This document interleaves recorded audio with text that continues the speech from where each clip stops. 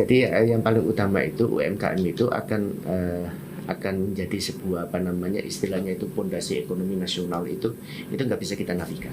Oke. Berbagai macam cobaan ekonomi dunia ini Pasti ada. UMKM itu ternyata lebih tangguh. Sekarang banyak hotel-hotel besar dijual, tapi ternyata itu apa? UMKM ya nyantai aja masih, walaupun istilahnya itu ya layak mutu walayak ya tidak langsung istilahnya itu sepi ya. Tetapi ya masih banyak yang kuat gitu dan dibuktikan juga di saat Covid kemarin. Nah, sehingga yang pertama itu yang ingin kita sampaikan khususnya kepada teman-teman Gen Z ya. Ayo kita mulai. Yang pertama adalah mindset. Kita pasti akan bisa apabila kita mau berusaha.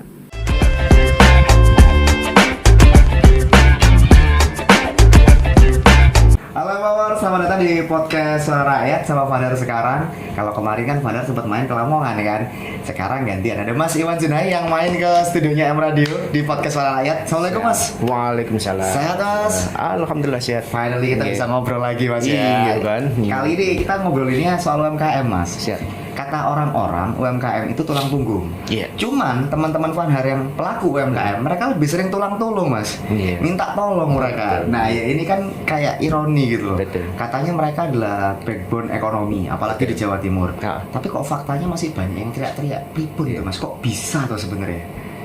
Ya sebenarnya ada opini yang mengatakan bukan opini ya, tapi sesuatu yang dan itu memang real di lapangan. Aha. Bahwa sebenarnya berbicara tentang UMKM itu kita berbicara tentang hakikat ekonomi sebenarnya itu. Karena perkembangan sebuah bangsa, ekonomi itu baik atau enggaknya sebuah perekonomian bangsa itu nggak bisa kita lepaskan dari UMKM. Oke. UMKM itu merupakan satu fondasi ekonomi bangsa yang paling dasar sekali. Ya terbukti lah waktu Covid kemarin. Oh, iya, beberapa itu kan beberapa istilahnya itu perusahaan-perusahaan besar itu pada kolap gitu. UMKM Iya. Lah di sini tentunya memang ada sebuah harapan bagi kita sekalian biar UMKM itu bukan menjadi itu biar tidak menjadi tolong-tolong gitu kan. Tetapi benar-benar ini menjadi satu tulang punggung sebagai fondasi ekonomi kuat khususnya di Jawa Timur ini. Saya rasa ya itu tadi banyak hal yang harus dilakukan khususnya bagi pemerintah untuk bagaimana mensupport UMKM itu. Kalau di dapil panjenengan, Mas, di Gresik sama Lamongan ini kan masih banyak peluang-peluang yang bisa dimanfaatkan teman-teman UMKM. Yang paling gede apa Mas peluang yang paling gede? Sebenarnya kalau UMKM itu kalau khususnya di Gresik Lamongan ya itu banyak hal ya yang sebenarnya bisa dikembangkan karena daerah Gresik Lamongan itu potensinya saya rasa bagus juga. Industri apa Mas misalnya Mas? Saya rasa di perikanan, kemudian pertanian, kemudian perikanan darat kan, perikanan itu ada perikanan laut, ada perikanan darat, tambak dan lain sebagainya itu. Termasuk juga pariwisata. Jadi tiga hal tersebut itu saya rasa ya pemerintah butuh fokus lah untuk hal tersebut sehingga itu untuk memperkuat daripada ekonomi Jawa Timur. Ayo kita perkuat dulu UMKM yang ada di daerah-daerah. Termasuk hilirisasi berarti ya. UMKM ini misalkan perikanan, ya jangan jual ikan mentah ngapunten gitu ya. Harus diolah. Iya. Di situ sebenarnya istilahnya itu ada semacam kayak kewajiban pemerintah benar-benar fokus di situ. Karena kalau kita biarkan saja bahwa masyarakat UMKM itu harus berkembang sendiri, berjalan sendiri ya mohon maaf, tolong nanti berat nanti kan jadinya tolong ini bukan tulang punggung lagi betul. Jadi di situ sebenarnya posisi pemerintah harus hadir di terkait masalah UMKM itu bagaimana sekarang itu mensupport daripada pemerintah masyarakat dunia UMKM itu minimal paling tidak dalam hal kapasitas humannya. Pelatihannya bukan ke pelatihan yang gimana tapi lebih ke peningkatan kapasitas pelakunya ya. Iya, pelakunya. Belum Mas ngapunten.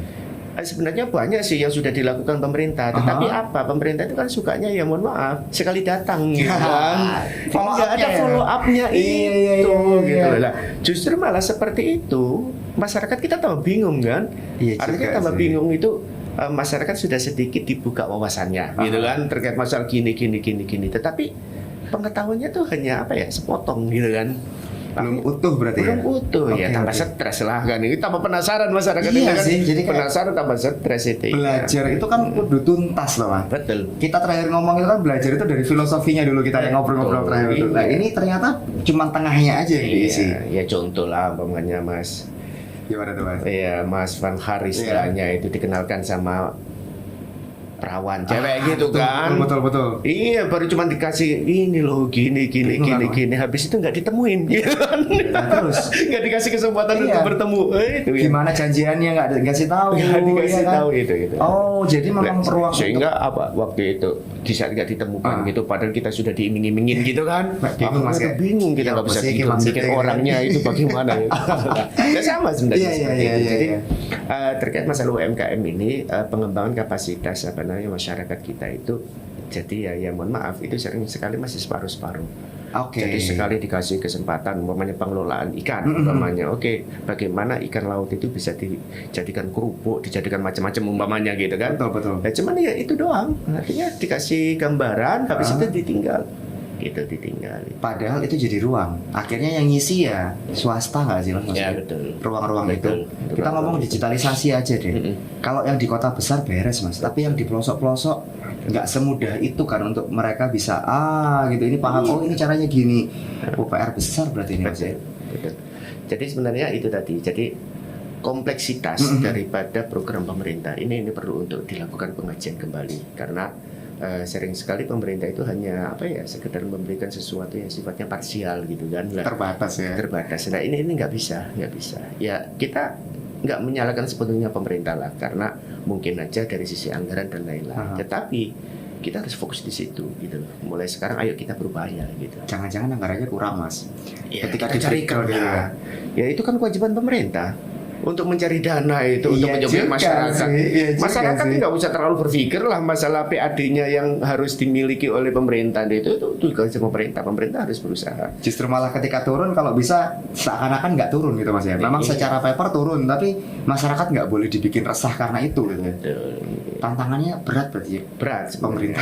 berat. Gandeng swasta misalnya Mas untuk ngasih pelatihan-pelatihan itu, atau mungkin pensiunan derajat mungkin digandeng pemerintah untuk itu Belum bisa. Kalau pemerintah derajat alhamdulillah tingkat berkat daripada tim dari perekonomian itu yang ada di pondok itu sekarang sudah menjadi supplier di kerjasama bermitra dengan KDMP itu. Oh iya. KDMP itu. Untuk Jadi, membina KDMP itu ya. iya, sekaligus bukan hanya sekedar membina, tetapi kita support juga kepada Wow. barang-barangnya. Karena kebetulan perekonomian yang ada di Pondok Sunan Derajat itu kan untuk per hari ini kalau nggak salah sudah hampir 200-an gerai mungkin. Dari mulai toserba yang secara mandiri yang dikerjasamakan dengan masyarakat Ya. secara pribadi, ada juga gerai-gerai toserba itu yang dikerjasamakan dengan KDMP itu. Hampir 200. Berarti memang sektor swasta ini sebenarnya ketika diminta mereka siap gitu ya? Atau nggak semua nih? Saya rasa ya nggak semuanya tentunya lah, Oke. karena kemampuan kita kan juga berbeda-beda kan gitu kan. Tetapi paling tidak harus ada satu yang harus kita sadari bersama, khususnya di pemerintah juga ya, bahwa masyarakat kita itu sebenarnya masyarakat yang mandiri. Oh sebenarnya. Sebenarnya ya, sebagai contoh mawon nggih ngapunten kalau kita sering ngomong-ngomong ten gene di warung-warung kopi itu. Kayaknya nggak butuh pemerintah gitu. Wah, tanpa ada Bisa, pemerintah ya. bisa hidup gitu. Autopilot. Autopilot ya. Iya. Autopilot gitu kan. Ah. Nah, artinya apa sebenarnya? Sebenarnya tugas pemerintah juga tidak terlalu berat-berat juga sih. Karena apa? Karena memang secara kemandirian, secara etos, masyarakat kita itu kuat sebenarnya itu. Ya sebagai contoh mawon, di saat pemerintah itu kolap pada pandemi kemarin, istilah kan bingung gitu. Betul. Tapi nyatanya masyarakat survive kok. Oke. Mampu berkreasi, makanya terus muncul itu kan lagi dengan adanya COVID pandemi kemarin itu ada hikmahnya juga, masyarakat akhirnya itu menoleh kepada online Ya. sehingga kan di situ kan boomingnya online kan mulai di pandemi kemarin Masuk lagi kan. Iya. Betul. Nah itu apakah dari pemerintah? Enggak, itu bukan dari pemerintah, tetapi ya kemampuan mandiri masyarakat, kemandirian masyarakat itu yang muncul sehingga masyarakat itu berkreasi. Nah, itu Tinggal regulasinya. sekaligus Itu berarti ya. apa sekarang support yang bisa diberikan oleh pemerintah itu. Yang paling realistis apa Mas? Kalau kita bicara support bantuan dana hibah misalkan nggak mungkin. Iya, nggak mungkin. Support pemerintah yang paling realistis yang bisa kita garap dalam waktu dekat. Jadi apa, Mas? saya rasa gini, jadi UMKM itu permasalahan UMKM yang ada di kita itu, dan itu harus menjadi satu konsennya pemerintah. Itu ada 3 hal. Oke. Agar UMKM khususnya di Jawa Timur ini mampu untuk menjadi leader lah di dalam hal UMKM. Yang pertama itu yaitu tadi peningkatan SDM. Oke. Jadi kualitas daripada masyarakat kita khususnya pelaku-pelaku UMKM itu memang harus ditingkatkan. Nah, ditingkatkan itu dalam artian apa?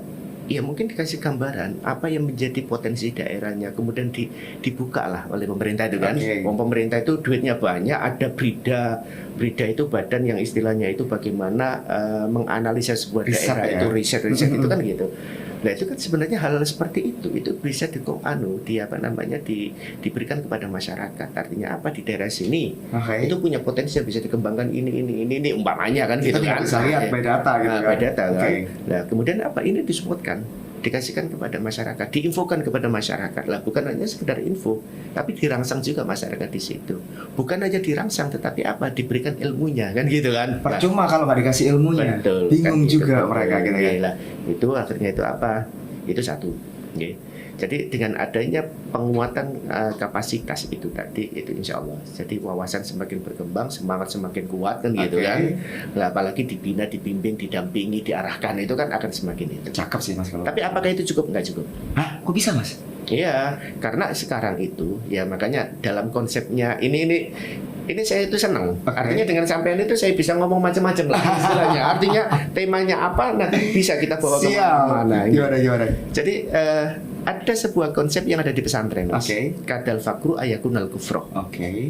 Orang itu pinternya bagaimana? Tapi ada satu konsep yang di kadal fakru, hampir saja orang miskin itu terjerumus kepada kekafiran. Lah, artinya apa? Ini kalau kita kembalikan kepada tema kita tadi, pinternya koyo opo sekarang masyarakat UMKM itu. Tapi ini gak ada modal. Betul sih Mas. Modal kuncinya. Iya. Kan gitu. Akhirnya itu apa? Ya itu tadi. Yang kedua yang harus dilakukan oleh pemerintah itu apa? Modal.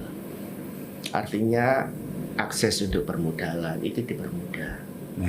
Lah, walaupun sekarang itu juga sudah banyak yang dilakukan pemerintah, ya ada KUR, terus kemudian ada kalau di Jawa Timur itu ada Prokesra yang Bang Jatim punya tuh ya? Bukan, Bang UMKM. Iya, BPR, betul.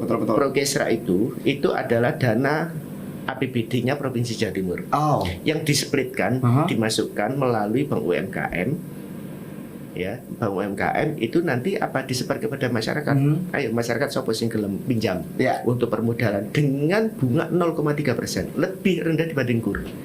Tapi kan syaratnya harus punya legalitas. Nah, itu dia kan. Betul. Soal legalitas, saudara penasaran Mas Iwan. Jangan kemana-mana makanya ya, Pak. Tetap di podcast Suara Rakyat.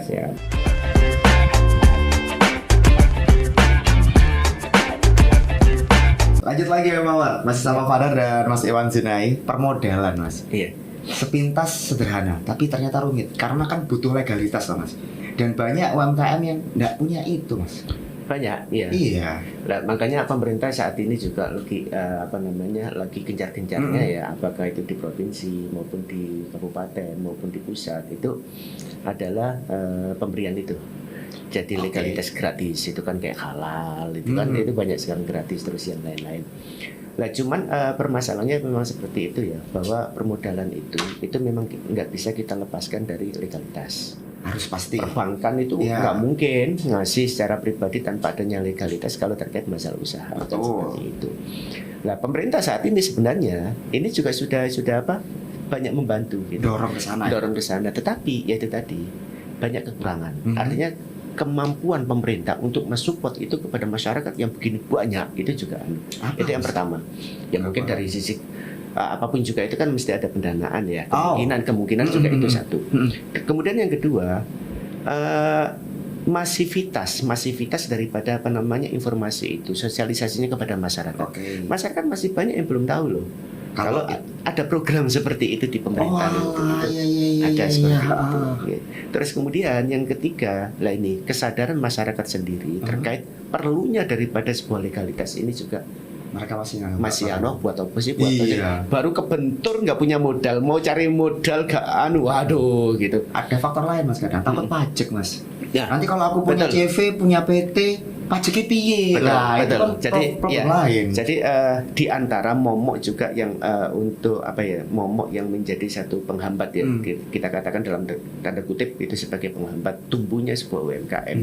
Kekhawatiran daripada masyarakat itu terkait masalah pajak itu memang betul. Oke. Dan tentunya di sini juga kita kepengen juga istilahnya itu sedikit membuka literasi ya bagi masyarakat bahwa nggak usah takut sebenarnya terkait masalah pajak itu.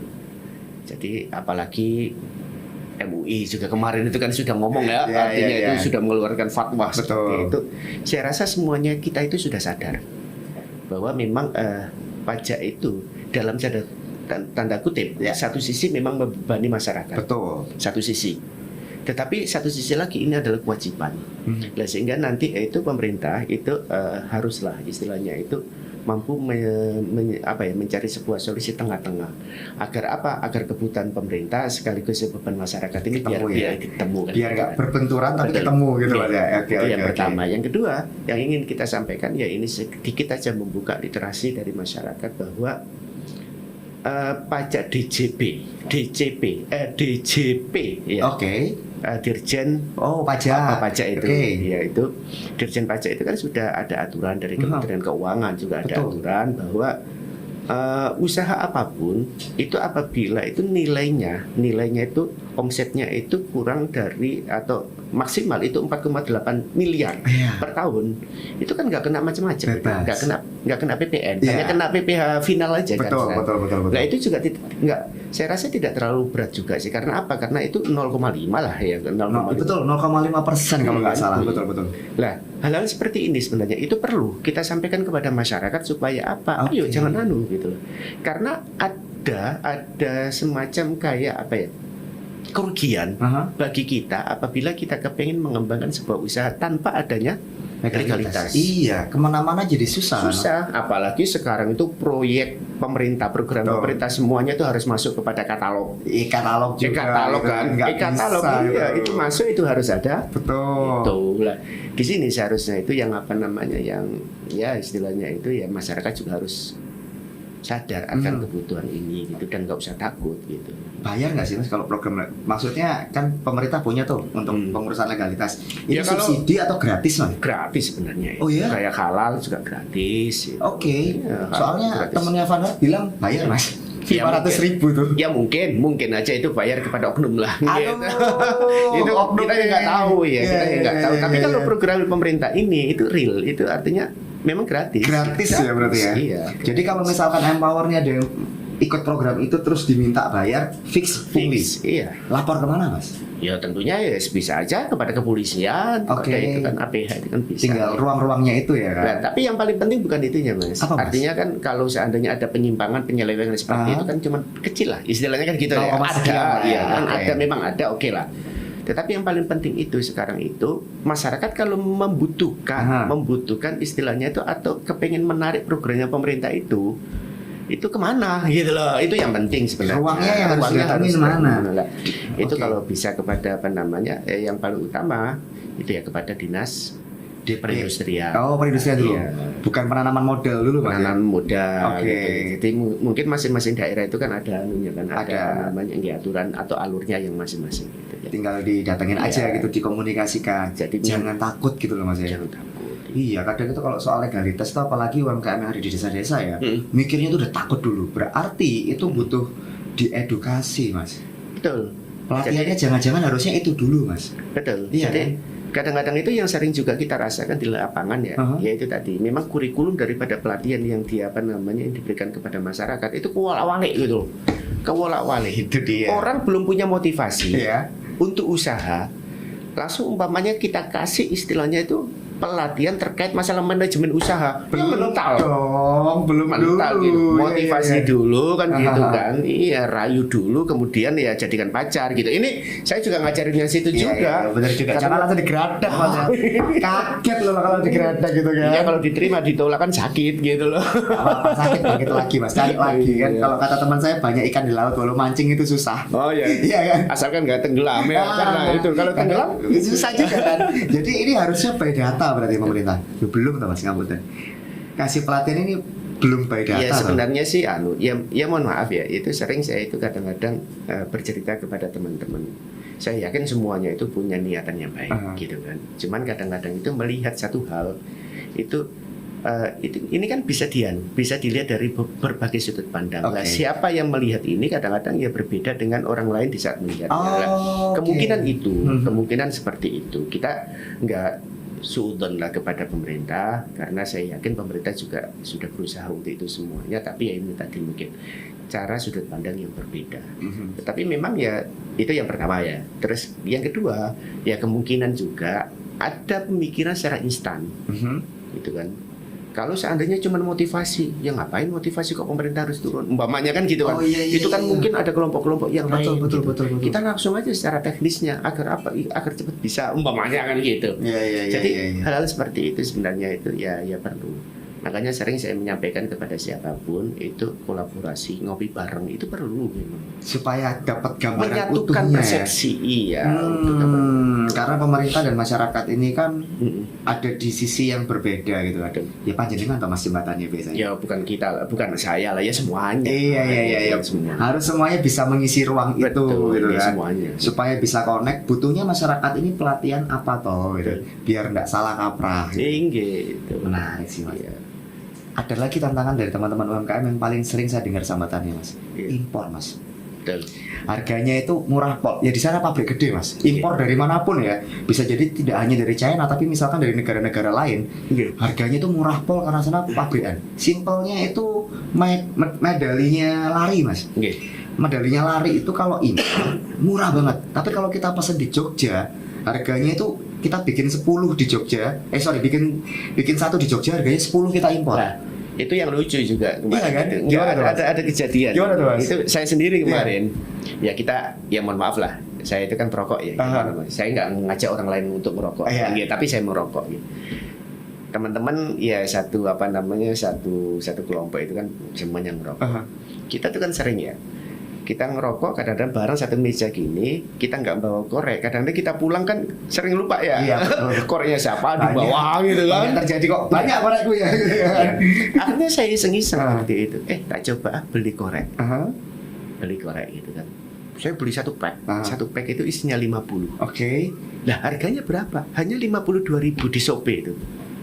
Satu pak isi Iya. 50. Astaga murah ya. Berarti nggak ya cuma 1.000. Iya, satu itu. murah loh Mas. Lah, ini padahal kita sudah beli, Aha. kan gitu kan? Itu harga 1.000. Kita bayangin waktu itu, ini terus dijual oleh pabriknya itu berapa? Ya, iya. HPP-nya HPP-nya berapa? Gitu. Makanya. Lah, setelah itu saya beli, saya bagi-bagi daripada Daripada hilang-hilang terus ya. Saya bagi ke teman-teman lah. Cuman yang menjadi satu pertanyaan pada pikiran saya itu ya, negara yang lain mampu kok Iya. bikin seperti itu dengan harga semurah itu. Betul. Dan itu sampai ke kita. Padahal mohon maaf itu kalau dari Cina ke sini tuh berapa jam loh pesawat aja itu. Kapal apalagi kan? Gitu. Murah loh. Nah terus apakah kita itu nggak bisa bikin hal-hal seperti ini gitu. Betul. Terus Tantangannya- ini kalau seandainya kita nggak bisa, nggak mungkin kita sama-sama manusianya kok kan gitu ya ibaratnya gitu. Barang katon kan Mas? Ya iya barang katon. Iya. Pemerintah juga ada, masyarakat kita juga banyak kan gitu. Kenapa nggak bisa lah? Ini menjadi satu satu pemikiran saya itu.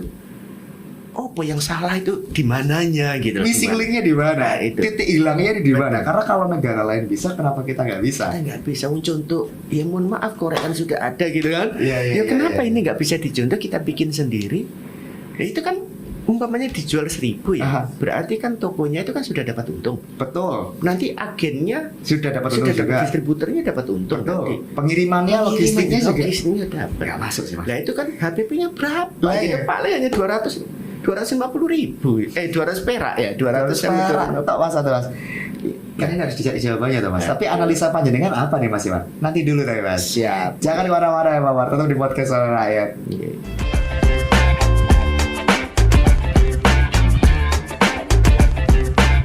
Kita lanjut lagi ya Pak War. Bahasnya soal impor tadi Mas Iwan. Impor 50.000 dapat 50. 52.000 dapat 50. dapat 50 biji. Anggap yang 2.000 buat ngirim dari China ke sini mas ya. Betul. Tetap murah loh mas. Lah ini berarti kan harus ada proteksi loh mas. Kalau nggak gitu banyak kok industri, kalau kita bicara korek ya itu banyak industri lokalan.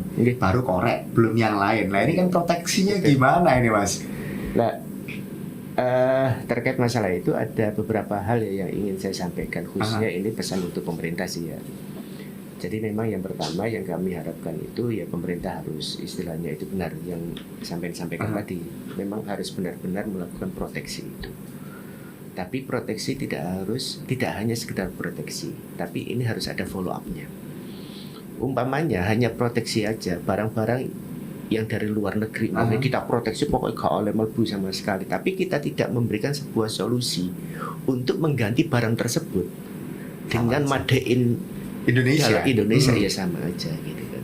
Jadi yang pertama memang itu tadi. Jadi oke lah proteksi itu proteksi, tetapi yang lebih utama lagi adalah sekarang bagaimana pemerintah itu berpikir apa-apa yang dibutuhkan oleh masyarakat saat ini. Kalau memang bisa kita sembadakan, istilahnya kita bikin sendiri dari hal yang kecil itu ya ayo monggo. Bisa. Itu harus sebenarnya ya sangat bisa lah. Tapi kadang-kadang ya mohon maaf pemerintahan kita itu kan hanya berpikirnya itu sesuatu yang wah yang gede gitu aja kan. Bolehlah ayo umpamanya siapa yang mau investasi ke Indonesia monggo silakan. Tapi dengan catatan harus nanti bahan baku lokalnya harus minimal segini. Bagus, itu memang bagus. Tetapi yang lebih bagus lagi sebenarnya pemerintah juga harus berpikir, jangan dulu barang yang gede-gede tok. Karena barang yang kecil-kecil ini sebenarnya itu bisa juga untuk menjadi satu pengungkit ekonomi masyarakat. Sektor real berarti mas ya. Jangan cuma lihat yang gede aja gitu kan. Betul.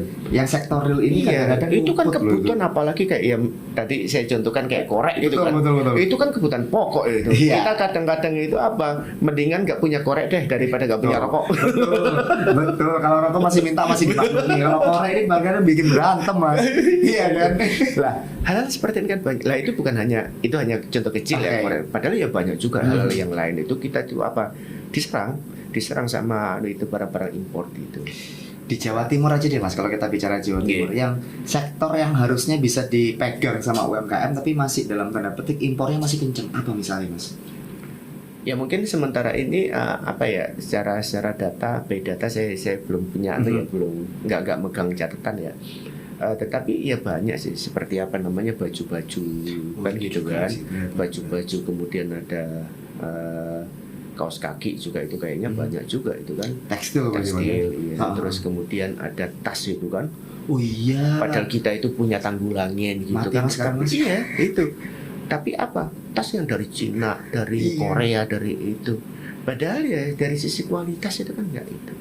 Lah kenapa sekarang itu pemerintah tidak mencoba untuk berpikir seperti itu? Artinya itu melihat sekarang itu apa barang-barang yang sekiranya itu tren gitu kan, dilihat dibaca ini ini banyak ini tas-tas model seperti ini yang dari Cina, yang dari Korea, yang dari mana itu banyak digandrungi sama anak-anak Gen Z benar gitu kan. Lah ini berarti kita harus berpikir pemerintah memfasilitasi untuk kalau memang bisa ya sudahlah, umpamanya kalau tas saja Tanggulangin, umpamanya kita bagus produk Tanggulangin itu. Iya. Rumah saya dekat situ soalnya. Oh gitu. Saya tuh kecil di Candi mas, dekat Tanggulangin. Waktu saya kecil bagus banget di situ. Betul.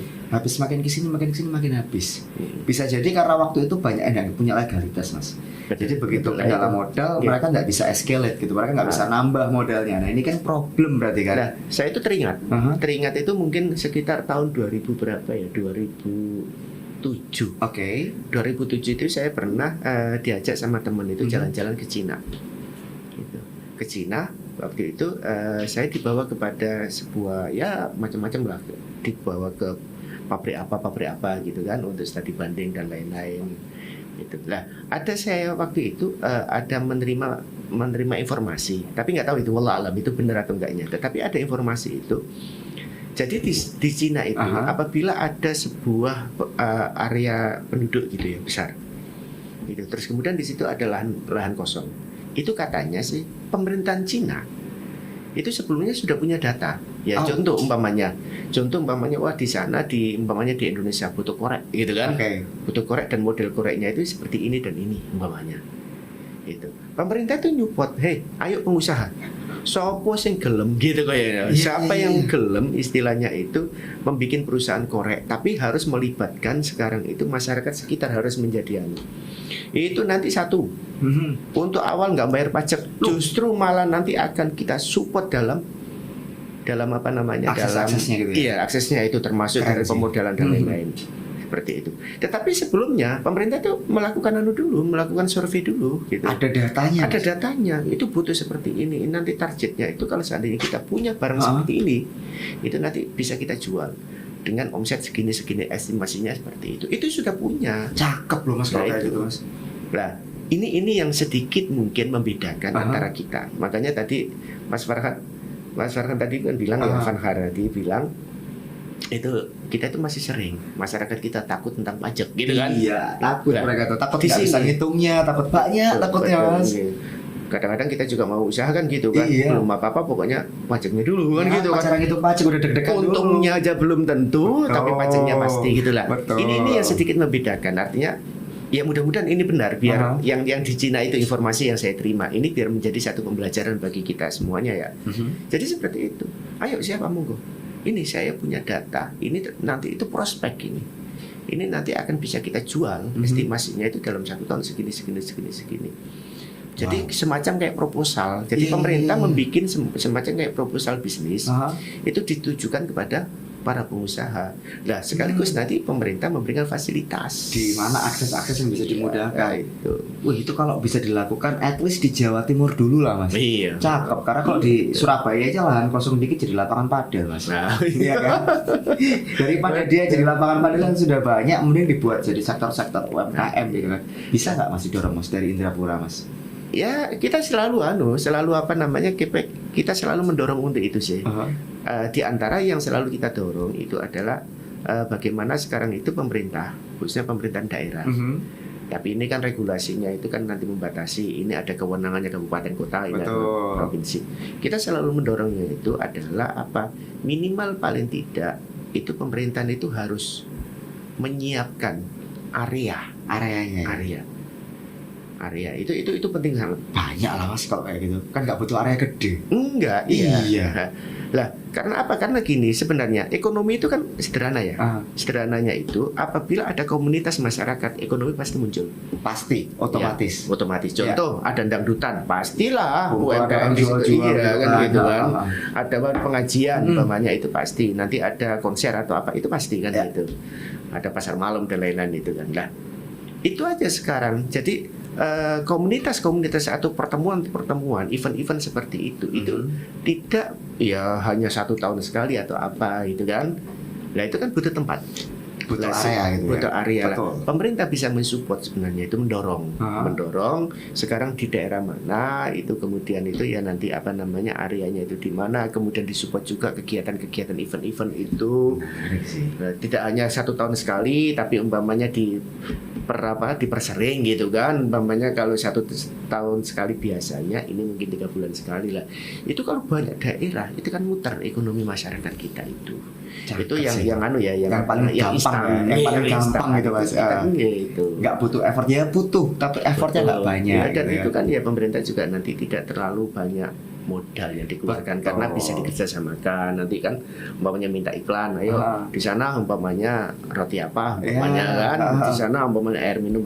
Boleh ya secara regulasi Mas? Ya boleh aja kan. Kan iya. Apa namanya itu kan iklan kan boleh aja itu pada event tidak langsung kepada pemerintahnya, event yang dilakukan oleh pemerintah. Dan bisa tangkap juga UMKM yang ada di sana, misalkan ada penjual makanan atau craft gitu, punya legalitas belum Bu? Nah, itu kan gitu. Iya loh Mas. Sekaligus di situ itu dijadikan sebagai wahana dan sarana itu informasi dari pemerintah yang kepada masyarakat. Contoh, umpamanya di situ pemerintah terus bikin stand gitu kan, informasi terkait masalah legalitas usaha gitu kan.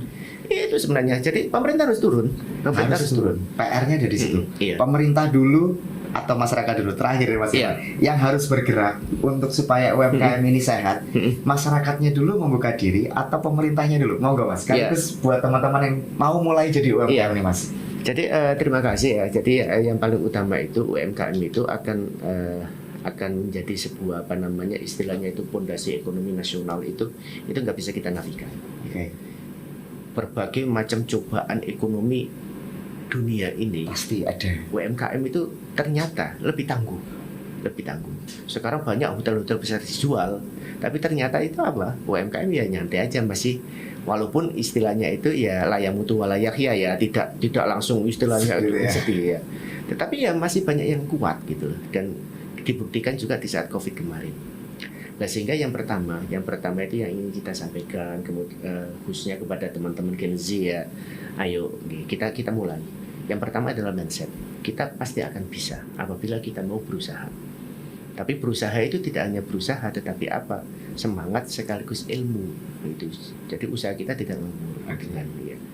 Itu yang pertama. Kemudian yang kedua, kita juga berharap kepada pemerintah bahwa ayolah istilahnya itu kita sudah menemukan data kok bahwa UMKM adalah menang.